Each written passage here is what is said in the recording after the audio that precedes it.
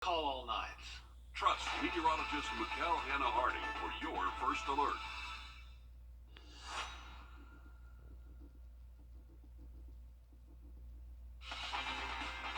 Live from Augusta, breaking news. We begin with breaking news out of Allendale County this afternoon, where a former Allendale council member is heading to prison. He pled guilty to sexually assaulting a girl he knew while she was at a sleepover. Earl Morrell Jr., arrested back in May of 2021 and charged with second-degree criminal sexual conduct with a minor. The arrest warrant says the victim was under the age of 16. The incident involved groping as well as other sexual contact. Morrell was to stand trial, but with the victim's consent, he was allowed to plead to a lesser charge. He'll serve 2 years plus 3 years probation. Morrell will also have to register as a sex offender and can have no contact with the victim. Well, we've had a great afternoon for us here in the CSRA, and things are looking sunny and clear for our evening. This afternoon, we topped off in at those middle 70s, believe it or not. Even the wasps are out there. Ooh, there's a lot of them there having a great time. As hopefully maybe you are enjoying this weather. Again, 75 and sunny. Really can't beat that. And not a lot of cloud cover, but I did want to kind of point out we're seeing some onshore flow, seeing some of those cumulus clouds, and they're even making those streets-like formation for us down there. So kind of cool to check out. But if you have any plans this evening, shouldn't be stopping you with weather. We're going to still be in the 70s until after sunset, and we'll drop off pretty quickly into those 50s. We'll see those 40s for the overnight lows tonight. But Richard, a little bit of a change in pattern coming up later on this week, and I'll let you know about that soon. We'll check in with you a little later, Emily. Thank you. First at 4, new details in the Richmond County case of 2 toddlers allegedly ingesting meth while in a woman's care. Laura Burnett is charged with 3 counts of cruelty to children in the second degree, maintaining a disorderly household, and possession and use of drug-related objects. Investigators say Saturday afternoon, a 1-year-old and a 3-year-old ingested meth, which caused foaming at the mouth as well as seizures. They also say Burnett caused cruel mental pain to a 6-year-old who witnessed the whole thing. Investigators say her household is known for drug activity. Israel's Gaza. The Georgia Supreme Court overturning a lower court's ruling that blocked the state's controversial ban on abortions after 6 weeks of pregnancy. So today's ruling upholds Georgia's heartbeat bill. It prohibits abortions after a fetal heartbeat is detected, usually around a pregnancy's 6-week mark. The state Supreme Court's ruling focused on whether the legislation is viable since it was passed in 2019 when Roe v. Wade was still in effect and guaranteed a federal right to an abortion. Today, the Georgia Supreme Court saying today's majority opinion further explains that Georgia's courts must follow the U.S. Supreme Court's most recent pronouncement on the meaning of the U.S. Constitution when determining whether a statutory law violates that Constitution. You can read the full ruling on our website, wrdw.com. Jenna Ellis, an attorney for former President Trump, is the 4th of the Fulton County co-defendants to strike a plea deal with the Fulton County DA's office. Ellis pled guilty to aiding and abetting false statements and writings. Her sentence will be similar to the others who pled guilty so far: 5 years probation, $5,000 fine, and 100 hours of community service. That you must continue to provide additional recorded statements and affidavits to the state as required. That you must also continue to provide any requested documents or evidence subject to any lawful privileges asserted in good faith. That you shall not post anything on social media, including through any agents, about this case until the conclusion of all trials and appeals. That you must continue to fully cooperate with prosecutors, included but not limited to participating in interviews with prosecutors, appearing for evidentiary hearings, and assisting in pretrial matters. Do you understand that these are the conditions of the recommendation that the state is making to the court? I do. As with the other guilty pleas, they're asking to be treated under Georgia's first offender status and have asked the judge to say the crime Ellis is pleading guilty to is not one of moral turpitude. Augusta Regional Airport has its first electric plane charger and a customer there. Several agencies and commissioners on hand to see this Vermont-based electric aerospace company make a stop at our airport to charge its electric Alea aircraft. It's on a 1,500-mile trip down the East Coast on the way to Florida. We were able to fly in, taxi this electric aircraft up to it, plug our aircraft in, charge in about an hour, and that is basically our refueling process. So there's no fuel on board the aircraft. It does rely only on electricity. And this charger at Augusta Regional Airport is the first of its kind in Georgia. Cleanup was underway in Louisiana on I-55 after dense fog causes a deadly 100-car pileup. We're going to hear what witnesses have to say about all this after the break. And sunny and 75 for our afternoon. Our evening is shaping up nicely. A little bit of a pattern change, though. Middle of the week, I'll let you know about that coming up soon. Well, we've had a beautiful afternoon for us. I mean, highs right around 75, sunny sky conditions, and it's the middle of October. I feel like we don't see that too often, so definitely get out there and enjoy this weather. Again, a great evening in store for us, so if you have any plans, outdoors wouldn't be a bad idea. Might need a jacket though after sunset. We'll see temperatures drop pretty quickly into those 50s. Overnight we'll bottom out in those middle and upper 40s in some spots, mostly clear overnight tonight. A little bit of cloud cover though for our day tomorrow. And hey, if you want to play pickleball, shouldn't be too bad out there. The earlier you go, it's definitely going to be colder out there. But as we hit around midday, we'll be in those upper 60s. Then we'll see those upper 70s for the high temperatures tomorrow afternoon. So definitely going to be pretty warm out there. So again, kind of a pattern change a little bit. We've been below average or right at average for those high temperatures the past few days. Now we're going to be above average, sitting in those lower 80s to end our weekend, or end our work week, excuse me. This will last into our weekend. Overnight lows will climb as well. We'll see only those middle 50s for those overnight lows. And again, tomorrow is kind of gradually getting us into those warmer conditions. So we'll still see the 40s. So definitely need a jacket as you head out the door for your Wednesday. But for the afternoon, we'll be pretty warm, Richard. I can't decide if I like us getting back into the 80s. Yesterday, I was very against it. Now I'm kind of like, maybe. I don't know. But it's the 80s without the humidity. Don't forget. That's true. true. This is not the summer 80s. That's very true. We hope. Bad situation west of us in Louisiana. Cleanup underway again today there. This is I-55. 7 people killed, at least 24 injured, 158 vehicles damaged in a series of at least 3 crash clusters, they're calling it. An extremely dense fog that left visibility there near zero. If you've ever been in the fog on the interstate, it is so frightening for this very reason. State police, tow trucks, emergency cleanup crews have been working to remove the wrecked and in some cases remove burned vehicles right off that interstate. State police say the bridge there will be closed for the foreseeable future until they can get inspectors in to take a look and see if it's still safe for traffic. Just a huge mess in Louisiana. Witnesses are describing that deadly pileup. The aftermath streamed on Facebook Live. Morgan Lintis has the latest. Viewer video shared with WDSU shows the devastating destruction of a 100-car pileup on I-55. What a prayer warriors at? That's what we need. We need some prayer warriors out here. Florencia Reedus got caught in the violent collision caused by thick fog and smoke early Monday morning. She quickly pulled out her phone, filming the aftermath on Facebook Live. You see that truck up there? Her car is under that truck. Miraculously, Rita says that woman was hurt, but okay. At least 2 died in the crash, but dozens more suffered broken bones, cuts, and bruises. All I can say is thank God for everything, because there's a lot of people that could have lost their lives out here. And for just to look around, just to give you a glimpse of all of the people that's around, and God saved a lot of people today. Another woman who talked to me by phone was also stuck on the interstate for hours, leaving her with time to think about what could have happened. Boom after boom after boom we were hearing. So we were worried about an explosion here too. Despite those fears, she says everyone jumped into action to help their fellow Louisianan. We're looking for fire extinguishers, and we just all kind of pulled together. We were checking on each other, seeing if everybody's okay. How y'all doing? Y'all all right? They assessing injuries over there. You need help over there? You sure? Hard to imagine what it must have sounded like in all that thick fog in Louisiana. Law enforcement says dense fog and smoke from nearby wildfires contributed to that near zero visibility.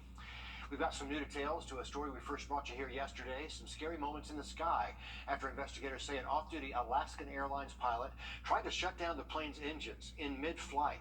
The San Francisco-bound plane made an emergency landing in Portland, Oregon, where 44-year-old Joseph Emerson, a married father of two from the Bay Area, was arrested. All 84 people on board, including the infants riding in their parents' laps, are all safe. An aviation expert says it was a close call. Not all planes can reboot their engines mid-flight. Especially if you have a fire suppression system initiated. That might put you in a situation where you may not be able to start the engine until you have some ground maintenance done to that engine. So it could have been catastrophic. The FAA says the incident is not connected to current world events, but the FBI is investigating a motive. Emerson faces 167 criminal charges, including 80 felony charges of attempted murder. The search is intensifying for a husband wanted for murder in Gardner, Massachusetts. Aaron Pennington, 33 years old, Air Force veteran, father of four. He's the prime suspect in the murder of his 30-year-old wife. Police say they found Breanne Pennington dead Sunday morning in an upstairs bedroom of their home, shot in the head.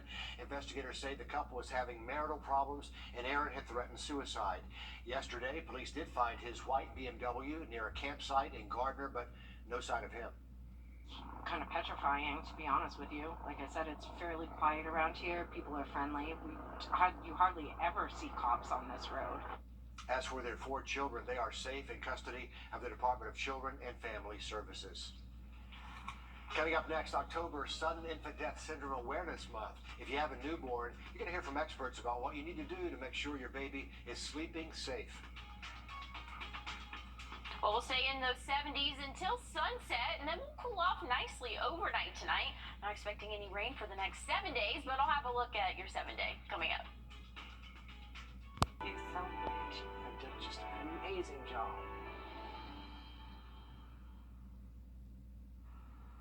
Well, we've had a beautiful start to our week. Our Wednesday going to be a little bit warmer than what we've seen the past couple of days. Starting off in the 40s, then we'll see those upper 70s. Eventually, you're going to see those 80s, though, by the time the week's coming to a close, and that's going to lead into our weekend and the start of next week. Now, Halloween's looking a little bit cooler for us, back at right around average in those lower 70s, but let's take a look at what we're seeing and what's bringing that warmth to us. Again, we're going to warm up a little bit tomorrow into those upper 70s, low 80s for our Friday, and then even into the weekend. And we can see a cold front starting to dip down and move across the central part of the United States, and that's going to be in time for Halloween. So things are cooling off. But I mean, check out Memphis, 57 for the high temperature Tuesday to our 76 here. So it just shows that really big temperature gradient between several of the cities here across the U.S. So we're not the only ones experiencing the heat as of right now, but that cooler air is hopefully coming back for us. It's looking like it will. So that's some good news just in time for Halloween. But we got to get through this warm stretch, Richard, for the next couple of days. We'll see those 80s in the afternoon. Yeah, they won't be here for long, I have a feeling. Emily, thanks a lot. An Alabama incident with edibles should be a warning to families across the country. Police say 3 students near Mobile were rushed to the hospital Friday. They ate gummies laced with THC at a high school football game in Chickasaw. They're okay, but police say kids need to be wary of drugs because they could be laced with something worse. Fentanyl is one risk, and of course, that can be deadly. October is Sudden Infant Death Syndrome Awareness Month, better known as SIDS. Medical experts define the terms as the sudden unexplained death of a baby younger than 1 year old. SIDS is often connected to improper bedding in a crib or babies sleeping on their stomachs. Research shows 93% of SIDS deaths are preventable. Experts say it all comes down to education. Simple message, ABC. The baby sleeps A alone, B on the back, and C in the crib. That means infants should never sleep in a bed or with a parent. Just this past weekend, the Augusta Duck Dash raised more than $30,000 to help support the Family Wise A Place to Dream program. The goal is to provide safe cribs to help reduce SIDS rates in our area, and thanks for your support in that. Grant me hope. Finding every foster child their forever home. It's that time of the week where we introduce you to a child or a teenager who's looking for a permanent home. Today, meet a legend who says he's the happiest when he's playing video games and reading.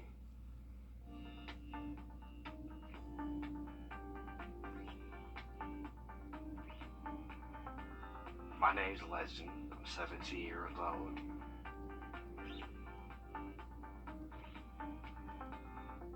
Hobbies I like to do is draw, read books, mostly books on like philosophies and stuff, different types of religions and stuff. I like to intellectually stimulate my mind before, I go to the real world. One of the things that I strive to be in this life and the best person that I can be and help others, because most people can't fend for themselves, but at the same time you need to help others to kind of help yourself. Perseverance is one of the words that I strive to be. I'm a forgiving person, so when a person does do wrong by me, it may take some time, but I always forgive them. I have to learn to love myself, learn to know myself better before I can strive to get and help others. I'm in love with grade. If I was to say which one was to help me the most in life, would probably be second period about financial literacy, because 70% of Americans are living paycheck to paycheck. Adoption means to me that giving a person a second chance. The perfect home that I'm actually looking for is just a home that, environment that I can feel safe. My name is Legend, and I'm looking for a forever home. And you can tell he has a bright future ahead. If you'd like to know more about Legend or any of the foster care kids we feature here in the past, just head to our website, wrdw.com, search for Grant Me Hope. Well, one coffee chain is already in the holiday spirit. We aren't talking about Halloween either. How you can get your hands on one of these seasonal cups when First at 4 continues.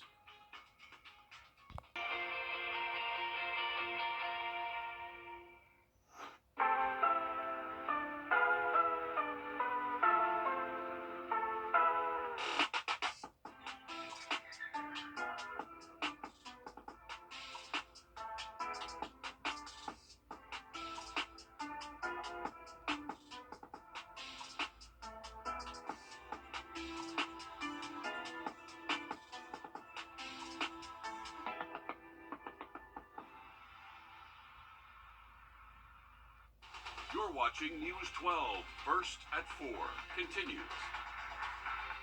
And First at 4 continues with temperatures warming up for the rest of this week. Let's check in again with First Alert meteorologist Emily Acton with a look at this warm up. So how warm are we talking, Emily? Pretty warm, Richard. We've had kind of that false fall, a really nice past roughly 14 days or so. We've been in the 60s and 70s, excluding 1 or 2 days where we hit the 80s, but it's been a little bit cooler out there now. We're going to have a little pattern change for us. This afternoon, though, we hit 75, dew point 44, so it feels very dry out there, thankfully, so we're not feeling that humidity. Things are feeling pretty good out there, and again, not seeing any rainfall, not expecting any rainfall for the next 7 days, but let's check out tomorrow. We'll see upper 70s for the afternoon highs, and then we'll cool off into the 50s overnight. And so for early Thursday morning, we can see right around 54, and we might even see 80 come Thursday afternoon, and that's going to be the pattern for Friday and even into our weekend, Richard. Emily, thanks. A Sylvania man facing charges after a deadly crash in Screven County that happened back in May. Georgia State Patrol responded to that scene involving a car and a motorcycle.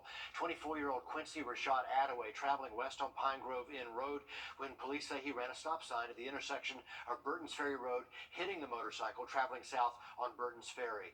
Charles Boswell, the driver of that motorcycle, died from his injuries. Attaway is charged with homicide by vehicle in the first degree, DUI, as well as other traffic violations. We now know the name of the second person killed in a September car crash. The Richmond County coroner says 34-year-old Dylan Rickerson of Waynesboro died in the crash on Mike Paget Highway back on the 22nd of September. Investigators say he swerved in the southbound lane, hitting another vehicle. The coroner says the other driver killed in the crash, was 30-year-old Richard Faber. 3 weeks after voting to remove Kevin McDaniel. Now to a developing story on school closings and openings in Columbia County, and it affects where a lot of students will be going to school. Board members want to hear from parents on their students' possible relocation. School leaders will update parents on closing South Columbia Elementary, also the opening of Westmont Elementary, which is the rendering right there on your screen, and the new North Columbia Elementary. The plans are for the next 2 years.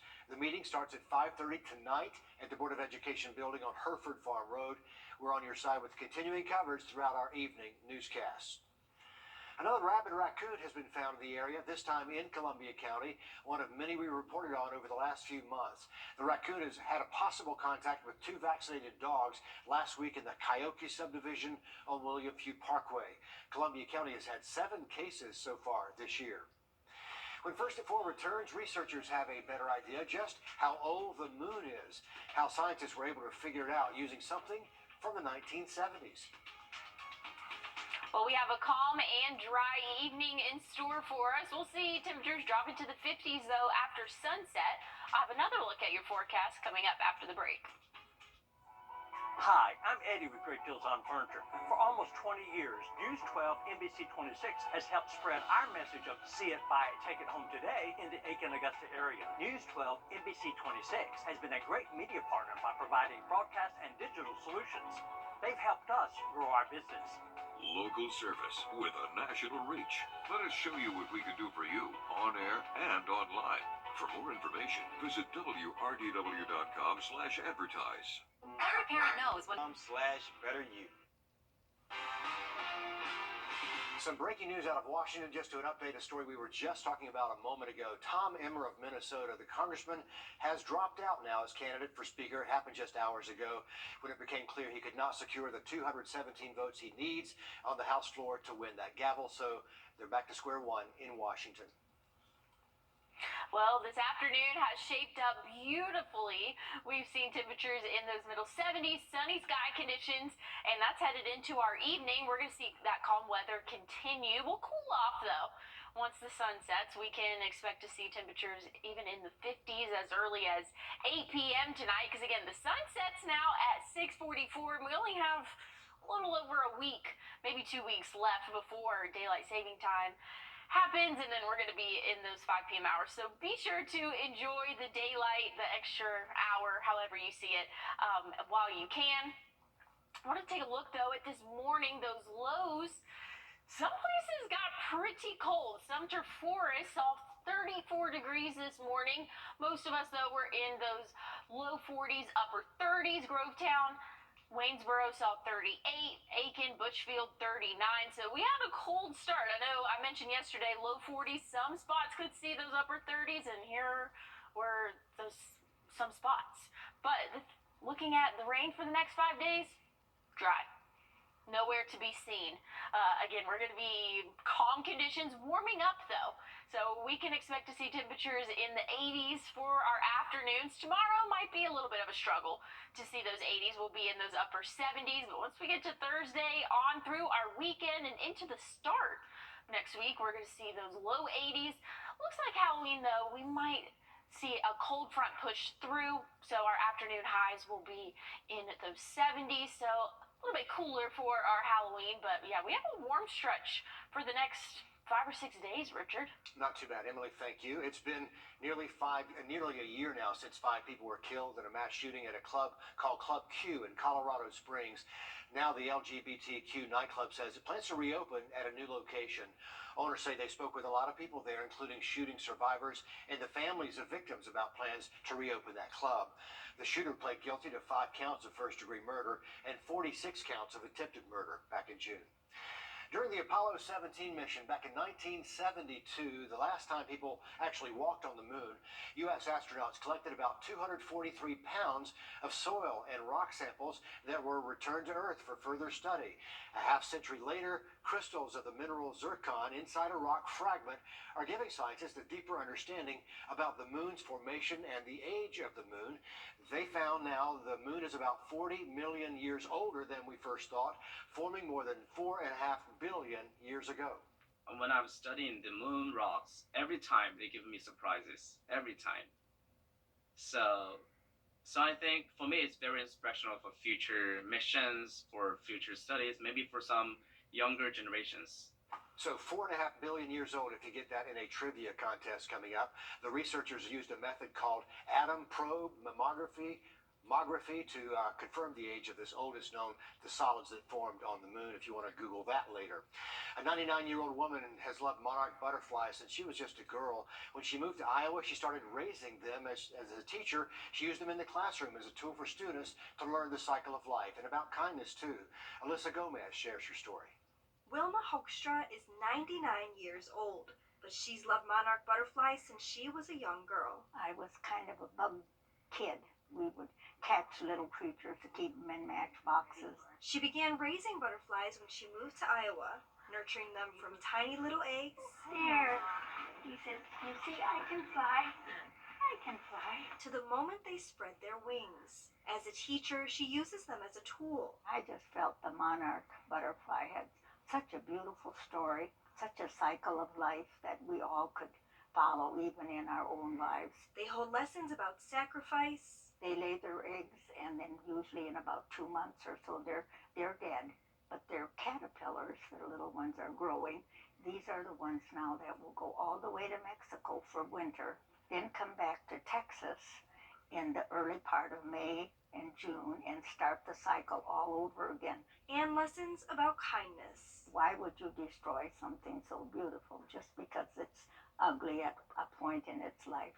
She even wrote a book to pass on those lessons to her grandkids. Surrounded by her family, Wilma released her latest group of monarchs. My prayer is that I can be here a year from now, but otherwise this is my it'll be a grand farewell. But I know where they're going and I know where I'm going. So, it's maybe see you later. This is love. This is love. Bye-bye. And the journey begins right there for another one of her butterflies. Okay, check this out. Hundreds of watermelons spilling onto a Houston expressway just before this morning's commute. Big mess there. This is I-69 in the community of Sugarland, appropriately named. An 18-wheeler carrying the fruit apparently crashed into a sign there. No injuries, but it created a really sticky situation for those drivers. Crews had to close multiple lanes while they cleaned things up there. A lot of watermelon lost on the roadway. You know what? It's already a bestseller. The long-awaited Britney Spears memoir is on sale now. Coming up, hear how she feels about the book finally being out there. Well, if you've enjoyed this weather, hopefully you'll enjoy it a few degrees warmer. We'll still see sunny sky conditions for the end of our week, but temperatures in the 80s. When you're hurting the car.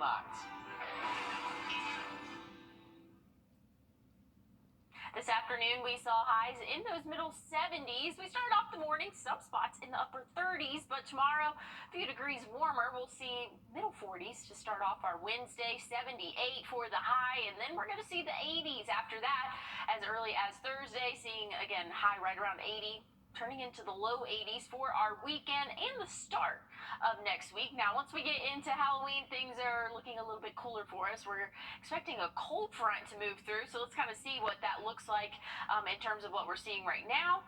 Again, those 70s turning into 80s as early as Thursday. Some spots tomorrow could see 80, but again, Thursday, we're kind of all in the same boat there. Then that's going to last throughout the weekend, and then we see that cold front slowly but surely starting to push down into our area. So again, Halloween might be a little bit cooler than what we've seen the past couple of days, and I think a lot of the trick-or-treaters are going to be happy about that, Richard. As long as we can avoid the rain on that night. Emily, thanks.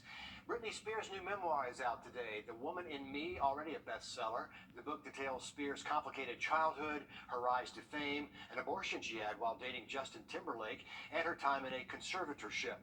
Spears describes that period as the worst thing that could possibly ever happen to my music, my career, and my sanity. She did an interview with People magazine before the book came out. Really views this book as a clean slate. You know, it was a book she didn't know needed to be written, and now that it's out, she feels like she has a clean slate to move forward. She says Britney was overwhelmed by the Free Britney movement and writes about her appreciation in the book. You can buy The Woman in Me on Amazon. It's the dream to own a home, but with mortgage rates and housing prices still up across the country, the average American still may need some help. Our consumer investigator Rachel LaPampa talks with a money expert about finding affordable housing programs across the nation. Affordable housing, that's homes designated to support people who meet certain income requirements. Denitha Doe, the founder of the website Money and Mimosas, says there are a lot of programs around the country with people working tirelessly to help address the needs of local communities. In a lot of areas in the United States, unfortunately, the median home price is too expensive for the local community. As an example, the overall median home price today in the United States hovers around $440,000. And to put that into context, that's 32% higher than in 2020. Most of us did not get a 32% salary increase over these last 3 years, which means home prices are outpacing the increase in salaries and wages. Doe says affordable housing helps fill in the gaps, and the best way to find programs in your area is to start doing research. And once you do that research, there should be sites that pop up from your local city government, your local city council. There are probably nonprofits in the area that have programs and offer support for folks looking for affordable housing. Each program is going to have different requirements in terms of who qualifies for affordable housing. Doe says doing that research will help you better understand if you're a fit. Also, talking to a financial advisor or mortgage specialist could help you understand your options. With this, watching your wallet, I'm Rachel LaPampa. Also today, it's an award nobody wants, the top ranking on Orkin's list of the rattiest cities in the U.S. If you're guessing New York, no, that's too easy. This year, for the 9th year in a row, Orkin finds Chicago to be the rattiest city in our country. New York takes number 3 spot, with Washington, D.C. and San Francisco rounding out the top 5. On the list of 50 cities, Orkin found the least ratty town to be Greensboro, North Carolina. Congrats to them. Good news for Tinder users, you don't have to screenshot those profiles anymore to share with your friends. The dating app has a new feature called Tinder Matchmaker, where you can invite friends or family to check out your potential matches. If you see someone you want an opinion on, you can send a link to up to 15 people. Then they can log in onto Tinder as a user or a guest and recommend the person if they like them. After that, you'll be able to check out the profiles your friends have given their blessings for, or ignore them altogether. It's your life. Do what you need to do. Well, maybe you're using your life to get outdoors this evening. It's beautiful out there. We've seen highs in the middle 70s. We'll cool off as we get closer to sunset, but I'll have one last look at your 7-day coming up. And this may be the easiest national day we've ever reported. After the break, why National Food Day is more than just a day to indulge.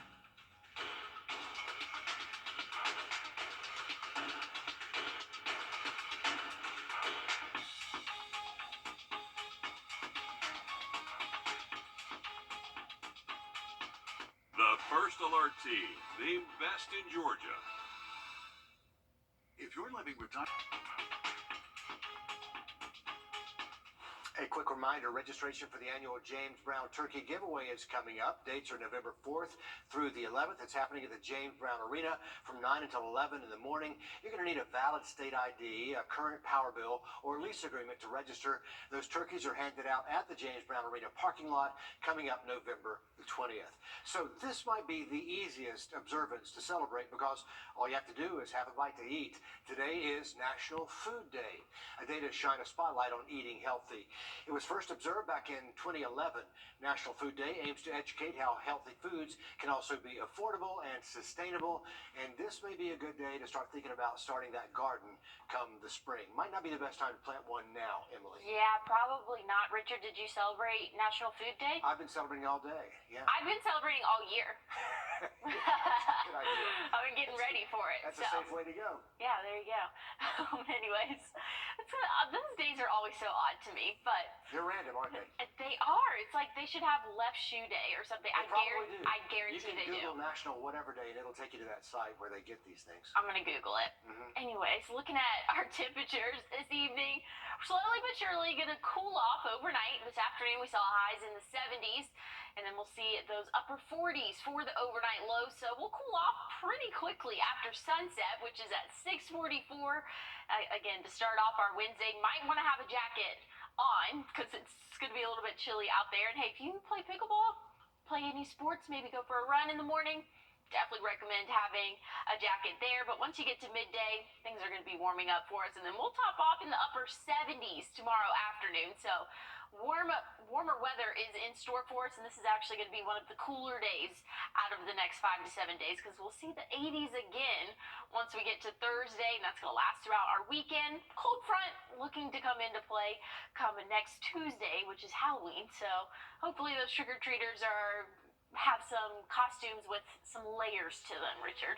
Emily, thanks a lot. Will Rio's in the studio live at 5 starts right after this short break. Don't go away.